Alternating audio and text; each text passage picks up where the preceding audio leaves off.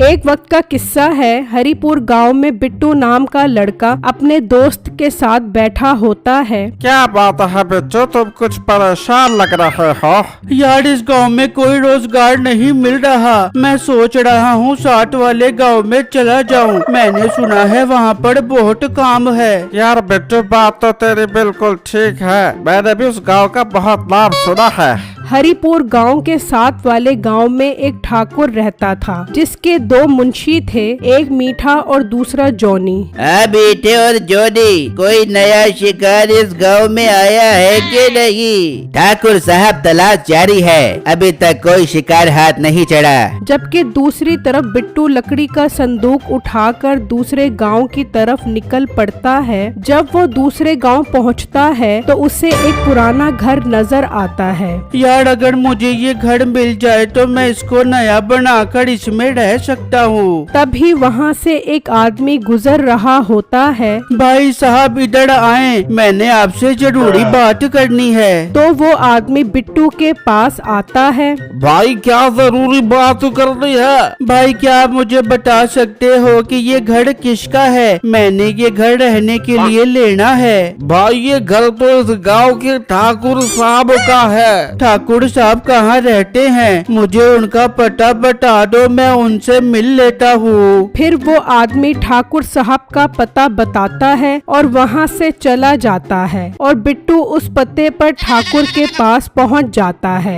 आप ही इस गांव के ठाकुर साहब हैं? हाँ, मैं ही ठाकुर हूँ। तुम मुझे इस गांव के नहीं लग रहे हो। जी ठाकुर साहब, आपने सही पहचाना है। मैं 60 वाले गांव से यहाँ काम की तलाश में आया हूँ। लड़के, काम तो तुम्हें मिल जाएगा, पर तुम इस गांव में रह कहाँ रहे हो? ठाकुर साहब, वो मैंने इस गांव में एक पुराना घर देखा है। मुझे किसी ने बताया है कि वो घर आपका है। अच्छा, वो घर? वो तो काफी पुराना है, तुम वहाँ नहीं रह सकते, वो किसी वक्त भी गिर सकता है। ठाकुर साहब, मेरे पास बहुत पैसा है, मैं उस घर को नया बनवा लूँगा, बस आप मुझे वो जगह दे दें। अच्छा, तो तुम्हारे पास काफी पैसा है, फिर तुम परेशान क्यों होते हो? मेरे पास मजदूर हैं, वो तुम्हारा घर बना देंगे। ठाकुर साहब, ये तो बहुत अच्छी बात है, मैं फिर आज ही काम शुरू करवा दूंगा। रुको, मैं तुम्हारा मसला हल करता हूँ। मीठे और जॉनी इधर आओ। फिर मीठा और जॉनी आते हैं। मीठे और जॉनी, ये लड़का इस गांव में नया आया है, इसके साथ चले जाओ और पुराने घर को नया बनाकर साफ कर दो।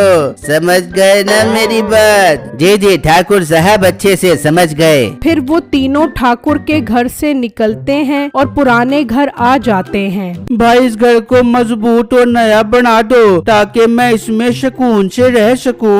लड़के, तुम्हें परेशान होने की जरूरत नहीं है, हम इस घर को इतना साफ और मजबूत कर देंगे कि तुम खुद भी हैरान और परेशान रह जाओगे। फिर वो घर के अंदर आ जाते हैं। भाई आप लोग काम शुरू करो, मैं संदूक को यहाँ रखकर आप लोगों के लिए खाने के लिए कुछ लेकर आता हूँ। भाई जरा जल्दी लेकर आना, बहुत भूख लग रही है। नहीं नहीं, ये मजाक कर रहा है, तुम जल्दी जाओ, सुकून से आओ, ताकि जब तक हम अपना काम मुकम्मल कर लें। ठीक है भाई, आप काम शुरू करो, मैं जाता हूँ खाना लेने के लिए। फिर बिट्टू वहाँ से चला जाता है। मीठे, मुझे लगता है इस संदूक में जरूर कोई कीमती चीज है। हाँ जॉनी, तो ठीक बोल रहा है, चल इसको खोल कर देखते हैं। फिर वो संदूक खोलते हैं तो हैरान रह जाते हैं, उसमें पैसा, सोना और चांदी होते हैं। जॉनी, संदूक को उठा और निकल, कहीं वो मोटा ना आ जाए। फिर वो संदूक उठाकर वहाँ से चले जाते हैं और ठाकुर के पास आ जाते हैं। वाह जॉनी और मीठे, तुम लोगों ने कमाल कर दिया। चलो इस संदूक को मेरी अलमारी में रख दो। जबकि दूसरी तरफ बिट्टू आता है तो देखकर हैरान रह जाता है। हाय, मैं लुट गया, मैं बर्बाद हो गया, मेरी जिंदगी की सारी जमा पूंजी वो चोर लेकर चले गए। बिट्टू परेशान ठाकुर के पास आता है। ठाकुर साहब मैं लुट गया, मैं बर्बाद हो गया। लड़के क्या हुआ है, जरा सुकून से बताओ। ठाकुर साहब वो जो मजदूर आपने मेरे साथ भेजे थे वो मेरा पैसों और सोने चांदी से बड़ा संदूक चोरी करके ले गए। ओहो, ये तो बहुत बुरा हुआ है। तुम मेरे साथ चलो, उनको ढूंढते हैं। अगर वो मेरे हाथ लग गए तो उनको ऐसी सजा दूंगा कि वो याद करेंगे। फिर ठाकुर और बिट्टू जाने लगते हैं तो ठाकुर की जेब से एक सोने का सिक्का गिरता है। बिट्टू उसे उठा लेता है और देखकर हैरान रह जाता है। ठाकुर साहब ये तो मेरा सोने का सिक्का है, इसका मतलब आप भी उन चोरों के साथ मिले हुए हो। लड़के आगे तुझे सच पता ही लग गया। मीठे और जोनी बाहर आ जाओ। फिर वो दोनों आ जाते हैं। मीठे और जोनी से सब पता लग गया है। इसको इतना मारो कि ये किसी को भी ये बात ना बता सके। नहीं नहीं ठाकुर साहब मुझे मत मारना, मैं ये गांव ही छोड़कर चला जाता हूँ। हाँ मोटे, जल्दी से ये गांव छोड़कर चला जा। ऐसा ना हो कि तू हमारे हाथ से मारा जाए। बिट्टू परेशान वहाँ से चला जाता है और जंगल में एक दरख्त के नीचे आकर बैठ जाता है। ऐ मेरे अल्लाह मेरी मदद कर, मैं बहुत मुश्किल में फंस गया हूँ। तभी वहाँ एक बूढ़ी औरत आती है। अरे बेटा तू इस जंगल में क्या कर रहा है? ये तो बहुत खतरनाक जंगल है। जा बेटा यहाँ से चला जा, वरना यहाँ के जंगली जानवर तुझे मार देंगे। अम्मा जी जिंदगी से तो बेहतर है कि इस जंगल के जंगली जानवर मुझे मार दें। बेटा क्या हुआ? तू ऐसी मायूसियों वाली बातें क्यों कर रहा है? फिर बिट्टू उस बूढ़ी औरत को सारी बातें बताता है। बेटा ये तो तेरे साथ बहुत बुरा हुआ है, तू फिक्र मत कर, मैं तेरा मसला हल कर देती हूँ। तू उस घर में जाओ और देखी अब वो बहुत बड़ा महल बन चुका होगा। क्या माँ जी आप सच बोल रही हो?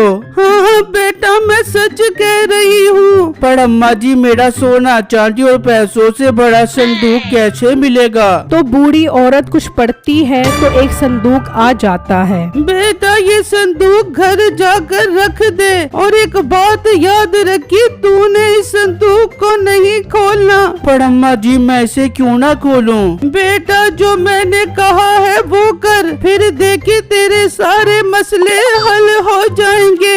ये कहकर वो बूढ़ी औरत वहाँ से चली जाती है और बिट्टू वो संदूक लेकर पुराने घर आता है। जब वो घर का दरवाजा खोलता है तो वो घर अंदर से महल बना होता है। बिट्टू खुशी खुशी अंदर आ जाता है। तभी दरवाजा बजता है। बिट्टू दरवाजा खोल देता है। लड़के ये कैसे हुआ? ये घर अंदर से महल कैसे बन गया? ठाकुर साहब वो देखो, वो खजाने वाला संदूक फिर वहाँ पड़ा है। चलो इस संदूक से खजाना निकालो। फिर वो संदूक खोलते हैं तो संदूक उन तीनों को अपने अंदर खींच लेता है। अल्लाह तेरा लाख लाख शुक्र है, मेरा सब कुछ मुझे वापस मिल गया। मीठा, जॉनी और ठाकुर कहाँ गए ये एक राज ही रह जाता है।